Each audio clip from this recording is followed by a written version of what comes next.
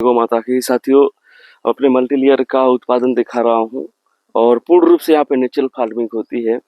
जब हम खेतों की तैयारी करते हैं तो उसके बारे में बात करते हैं। खेतों की तैयारी जब करते हैं तो हम क्या करते हैं कि बस इसमें 2 ट्राली गोबर की खाद डाला और आधा एकड़ का प्लॉट है, 2 ट्राली गोबर की खाद और उसके बाद से कुछ नहीं, केवल पानी पानी पानी देता हूँ और उत्पादन बम्फर लेता हूँ। नीचे हमने हल्दी लगाया है और क्रीपर्स के रूप में, नार वाली फसल के रूप में हमने गलका लगाया है, कुछ कुछ लौकी भी लगाया है और तोरई भी लगाया है। ये देख पा रहे देसी लौकी का है, ये बहुत ज़्यादा फैलता है और बड़ा बड़ा साइज गोल गोल का फलता है ये देसी लौकी। और मैक्सिमम हमने गलका पे फोकस किया, यहाँ पे गलका का उत्पादन भयंकर होता है। और ये देखिए हार्वेस्ट यहाँ पे थोड़ा सा निकाला गया है और मैं आगे आपको दिखा रहा हूँ कि ये पूरे अब इधर से तुड़ाई हो रही है एक साइड से पूरे, और हर दिन तुड़ाई होती है, हर दिन। फिर भी उत्पादन बम्पर आता। देखिए एक कल परसों में फिर रेडी हो जाएगा ये देख पा रहे एक ही जगह 4 है, फिर एक कल परसों में रेडी हो जाएगा तुड़ाई के लिए। इस तरीके से अभी देखिए लौकी, ये देसी लौकी है, तरबूजे की तरह फलती है, गोल गोल ऐसे लंबा तरबूजे के आकार में। इसके पत्तियों की देखिए क्वालिटी कैसी है, और इसमें पूरे घास है, सब कुछ है, लेकिन उत्पादन में कोई असर नहीं आता है। देख पा रहे हैं अभी इसमें भी हार्वेस्ट हुआ है। हर दिन लगभग 60 से 50 किलो निकलता है। और ये पपीता का जो मैंने डायरेक्ट बीज डाला था वो भी जर्मिनेट हुआ है, जो मैं दिखा रहा हूँ यहाँ पे। देखिए जो मैंने डायरेक्ट बीज भी डाल दिया वो जर्मिनेट हो गया है और ये धीरे धीरे बड़ा हो जाएगा। बारिश आएगा, बारिश के मौसम में बहुत फास्ट ग्रो होता है। यहाँ पर भी देखिए ये भी पपीता जा रहा है, ये भी पपीता जा रहा है। अब पहले तो मैंने 10 बाई 10 फीट पे लगाया था पपाया, पहले 15 बाई 15 पे लगाया, फिर 10 बाई 10 फीट पे लगाया। अब मैं 5 बाई 5 फीट के अंदर पे पपीता डाल रहा हूँ अपने फार्म के अंदर, क्योंकि हमारी खेत की मिट्टी इतनी उपजाऊ हो गई है कि कुछ भी डालता हूँ बहुत अच्छा होता है, क्योंकि इसका जो माइक्रोबियल एक्टिविटी है वो बहुत ही अच्छी हो गई है। इसमें माइक्रोब्स, जीवाणु, बैक्टीरिया बहुत अच्छे हो गए हैं।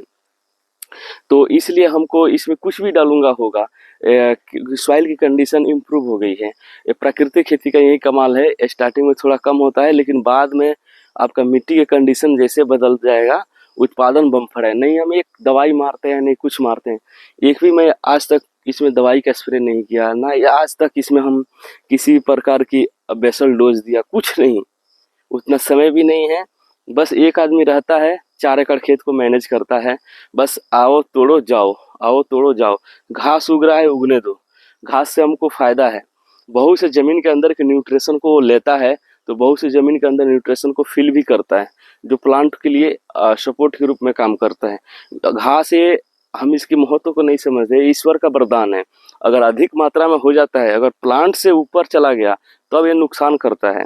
जैसे प्लांट है, इससे ऊपर घास आ गया तो ये नुकसान करेगा इसको, बट इसके नीचे है घास तो उसको कोई तकलीफ नहीं है। जैसे हल्दी है, हल्दी के नीचे जितना भी घास है इससे कोई मतलब नहीं है। अगर इससे ऊपर आ गया घास और इसको दाब रहा है तब इसको प्रॉब्लम आएगी। इसीलिए घास ईश्वर का वरदान है। और जो घास है, बहुत से घास ऐसे होते हैं न्यूट्रिशन को लेने के लिए उगते हैं, और बहुत से घास ऐसे होते हैं जो जिस चीज़ की न्यूट्रिशन की कमी होती है, डिफिशियंसी होती है, उसको फुलफिल करने के लिए जमीन के अंदर वो उगते हैं। तो इस तरीके से मैं अपने फार्म को आपको दिखा रहा हूँ और बहुत ही भयंकर उत्पादन आता है, देख पा रहे हैं यहाँ पे।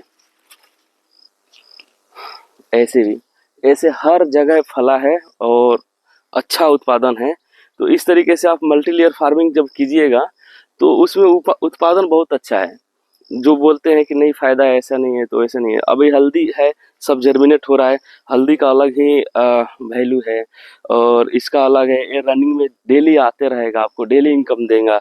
हल्दी एक बार गोटा इनकम देगा, एक बार आपको एक बार निकलेगा इसका यील्ड, एक बार गोटा इनकम देगा। पपीता अब क्या है कि नवंबर दिसंबर से फलना शुरू करेगा, पूरा ठंडी भर फलेगा। इस तरीके से चलता है अपने फार्म के अंदर, और किसी प्रकार की न्यूट्रिशन की डिफिशियंसी आपको नहीं मिलेगी और भरपूर उत्पादन मिलता है। और एक और खास बात है, यहाँ पे हर जगह चिड़िया का घोंसला दिखाई देगा आपको, और इधर कभी